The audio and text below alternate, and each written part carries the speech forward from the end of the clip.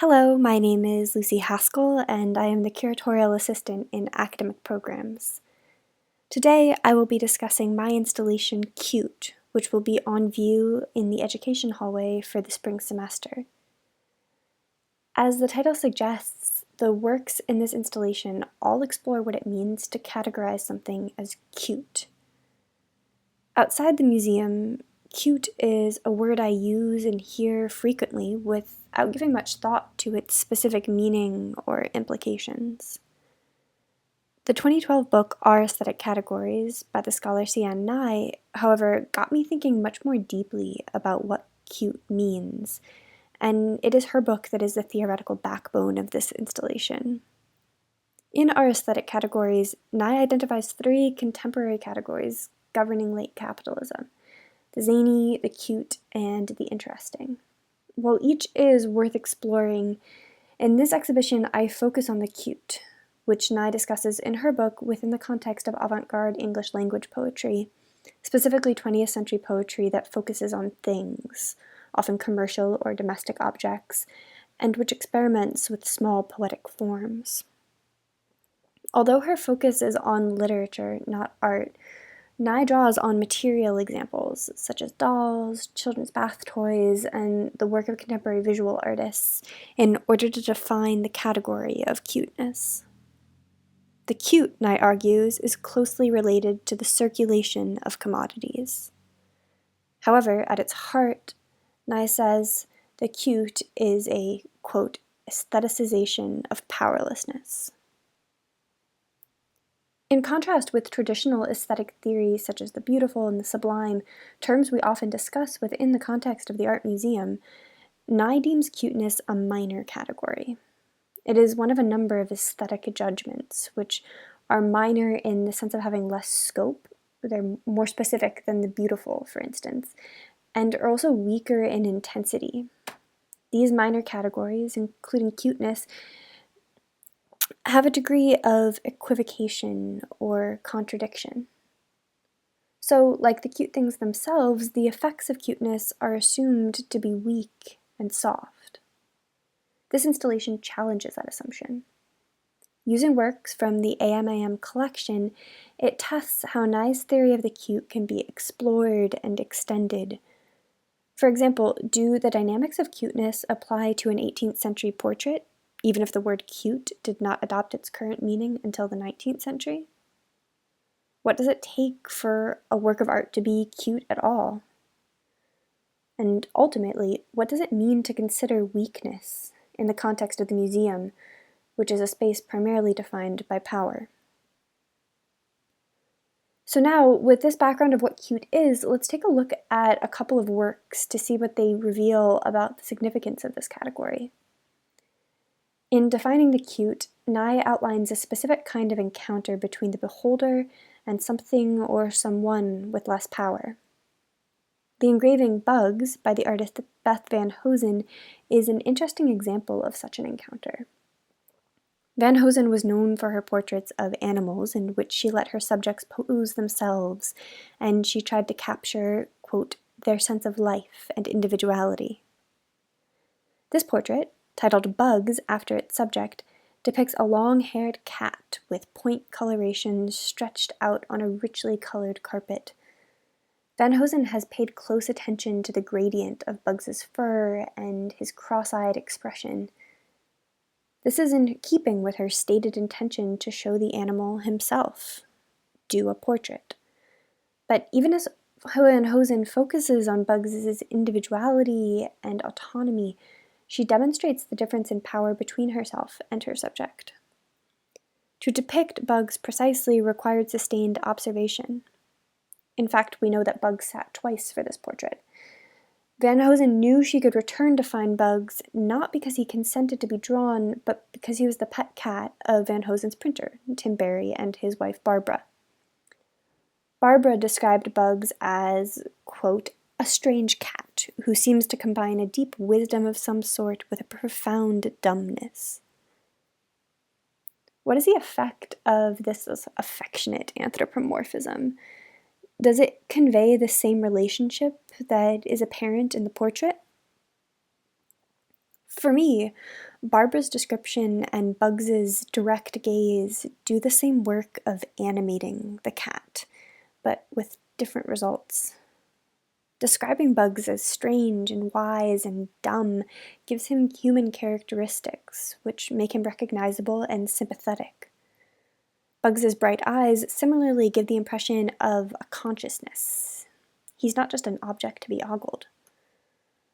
Bugs' eyes are contorted with pleasure. He seems to be reveling in himself.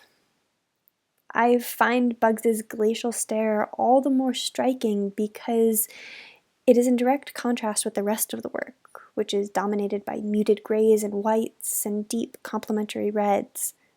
The eyes are sharp and clearly expressive, while the rest of Bugs consists of soft, tufted fur, a broad exposed belly, and upturned paws curled into the cat's body against the lush backdrop of the carpet.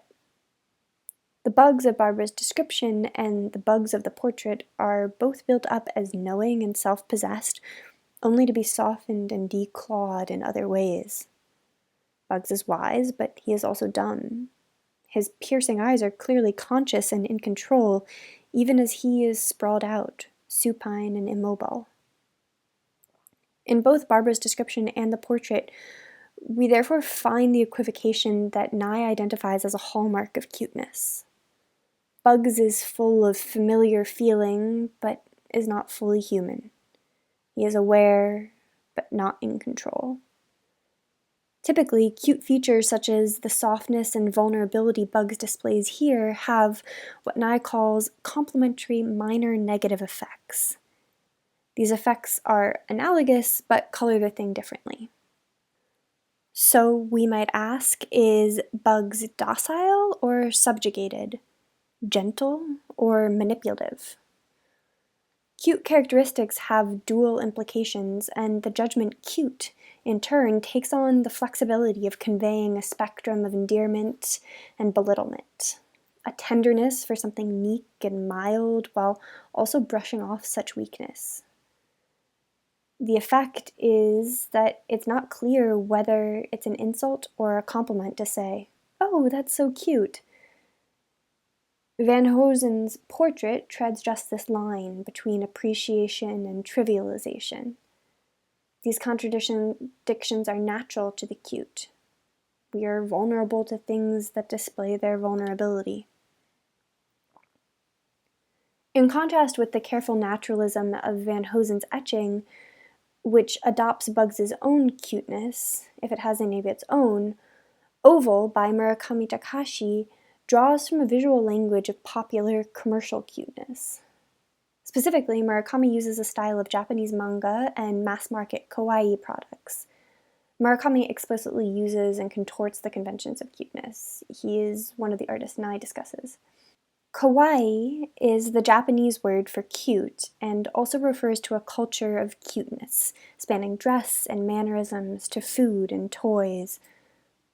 Oval is a character invented by Murakami who appears like a grotesquely distorted version of mass-produced plastic toys. Although Oval's head is a perfect orb and sits atop another perfectly round ball of cartoon flowers, all in candy colors, Oval's features are stretched and out of proportion, as if they appeared on the outside of an inflated ball. Nye describes how cute objects are both vulnerable and endlessly able to withstand abuse. Oval is a perfect example. Small and made of glossy, brightly colored plastic, Oval seems to welcome touch, and it appears as if he has already been massaged, gripped, and thrown. His fingers are engorged, his head balances precariously on a spindly neck, and he has the chaotic look of a ball recently bounced. Oval's grotesque distortion is evidence of both the powerful reactions he elicits and his ability to withstand such a violent adoration. Oval illustrates what Nye suggests, that the cute object exerts a certain influence, even power, by emphasizing its own powerlessness. Bugs and Oval bookend this installation, and in many ways they are the extremes of cuteness. one utterly lifelike and personal, the other so commodified as to be ridiculous. But what we can see in both of them is a dynamic playing out between the beholder and someone or something subordinate to them. Nye summarizes that, quote, "Cuteness is thus the name of an encounter with difference," and specifically a difference in power. The art museum is a space which exerts tremendous power, valorizing objects by their inclusion in an institution constructed around preservation. It is therefore unsurprising that cuteness is not a common word in gallery conversations.